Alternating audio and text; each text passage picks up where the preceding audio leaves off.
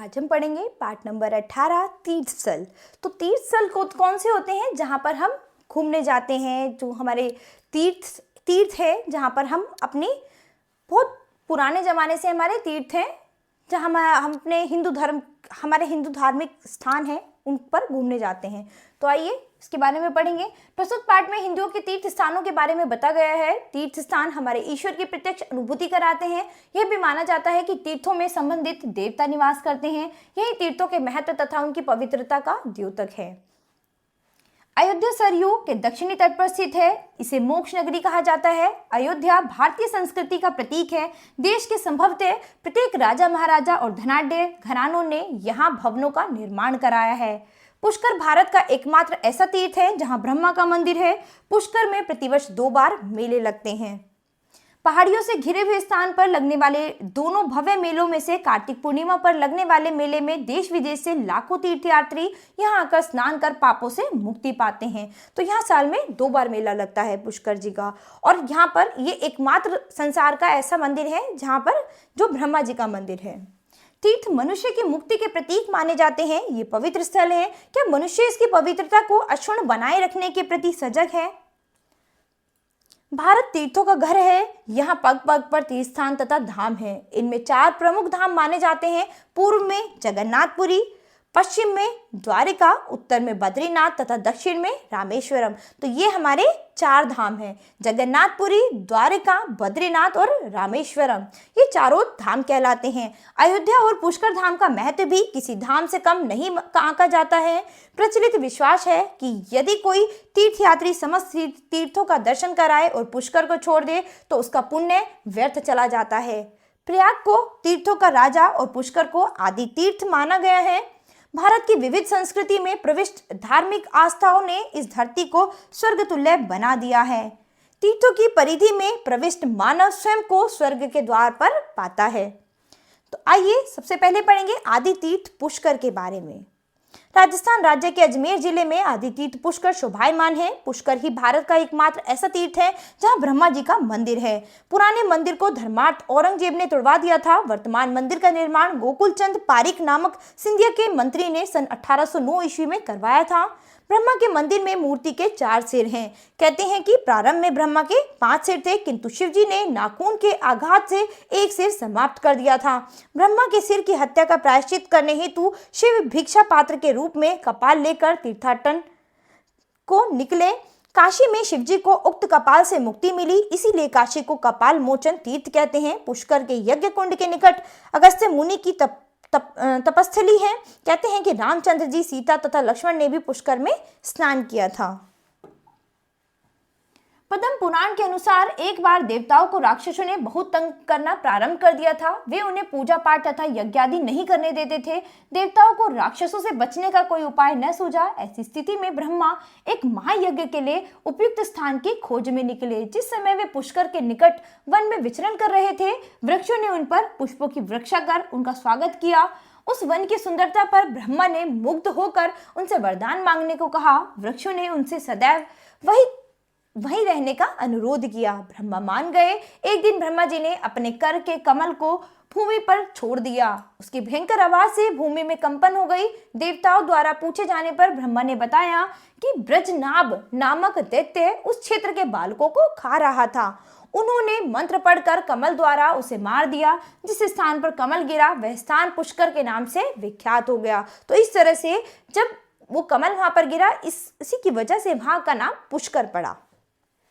कमल गिरने के बाद उछलकर जिन 3 स्थानों पर गिरा वे स्थान 6 मील के क्षेत्र में ही हैं। ये ज्येष्ठ पुष्कर, मध्य पुष्कर और कनिष्क पुष्कर कहलाए।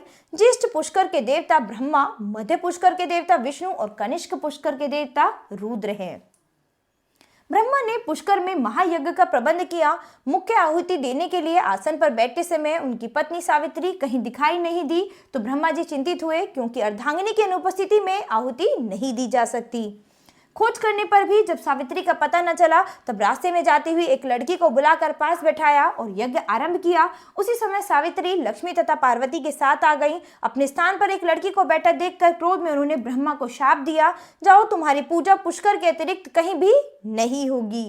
इतना कहकर विक्रोध से वहां से चली गई तथा रत्नागिरी में समा गई। जिस स्थान पर सावित्री भूमि में समाई थी उस स्थान से उसी समय एक झरना बहने लगा जो आज भी सावित्री झरना कहलाता है। इस झरने के पास सावित्री मंदिर भी है।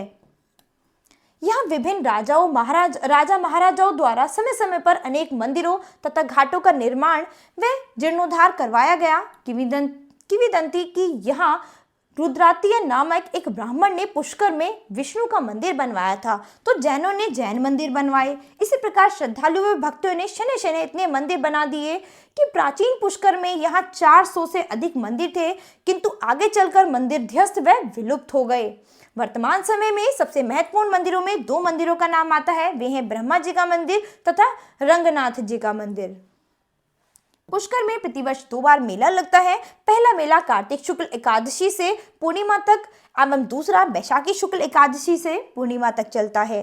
प्रत्येक मेला 5 दिनों तक लगा रहता है। इस 5 दिवसीय मेले में मथुरा एवं वृंदावन के मंदिरों की भांति यहाँ के मंदिरों को भी सुंदर झांकियों की सजावट कर जगमगा दिया जाता है।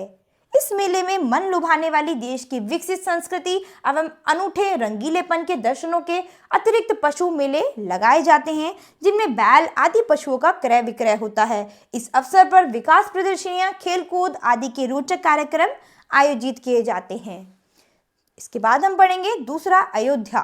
अब हम अयोध्या के बारे में पढ़ेंगे तो अयोध्या उत्तर भारत के मध्य बिंदु के सरयू के दक्षिण तट पर स्थित है।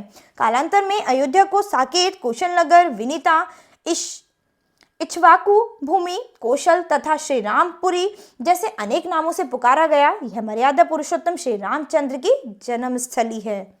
अयोध्या को भारतीय संस्कृति का प्रतीक भी कहा जाता है। अयोध्या अतीत की सृष्टि है। यह मोक्षात्य की नगरी भी कहते हैं। सैकड़ों वर्षों से संपत्तिशाली लोगों ने यहाँ धर्मशालाओं, भवनों और मंदिरों का निर्माण कराया। शायद ही यहाँ कोई ऐसा द्वार होगा जहाँ मंदिर ना हो। तो बच्चों, अयोध्या में अभी श्री राम जी का मंदिर बना है, तो क्या आप अभी श्री राम जी के मंदिर गए हैं या फिर नहीं? तो आप अपनी नोटबुक में बताएंगे मुझे कि अयोध्या में अभी तक कौन कौन बच्चे गए हैं। अयोध्या स्मृति भवनों के लिए भी विख्यात है। यहाँ कहाँ ना कहाँ राम कथा होती रहती है। अयोध्या के अखाड़े देश भर में प्रसिद्ध हैं। निर्वाणी, निर्मोही, खाकी, दिगंबर, संतोषी, महानिर्वाणी आदि अखाड़े आज भी अपने अतीत को यथावत बनाए हुए हैं। अयोध्या परिक्रमाओं के लिए भी विख्यात है। हजारों लोग अपनी मनोकामना की पूर्ति के लिए विभिन्न परिक्रमाओं में सम्मिलित होते हैं। यहाँ की 84 कोस की परिक्रमा प्रसिद्ध है। यह परिक्रमा चैत्र की पूर्णिमा से प्रारंभ होती है तथा बैशाख शुक्ल की नवमी तक चलती है। इस यात्रा का एक निश्चित मार्ग होता है। अयोध्या में एक और परिक्रमा प्रसिद्ध है, 14 कोसी परिक्रमा। यह कार्तिक मास में अक्षय नवमी से पूर्णिमा तक तथा श्रावण मास में शुक्ल पक्ष की तृतीया से पूर्णिमा तक संपन्न होती है। अयोध्या में और भी उत्सव संपन्न होते हैं। रथ यात्रा आषाढ़ में, झूला श्रावण में, सरयू स्नान परिक्रमा कार्तिक में, राम विवाह अगहन में और रामनवमी चैत्र में। इन उत्सवों का धर्म लाभ उठाने भक्तजन दूर दूर से आते हैं। तो आप भी इन सब अवसरों का लाभ उठाने कभी न कभी इन तीर्थ स्थलों पे बच्चों जरूर जाते हैं, और अगर नहीं जाते हैं तो अब से जरूर जाया करें। अयोध्या का रामकोट एक प्रसिद्ध दर्शनीय स्थल है। एक समय था जब यहाँ 20 द्वार थे। इनमें श्री राम के मुख्य सेनापति तथा रक्षक हुआ करते थे।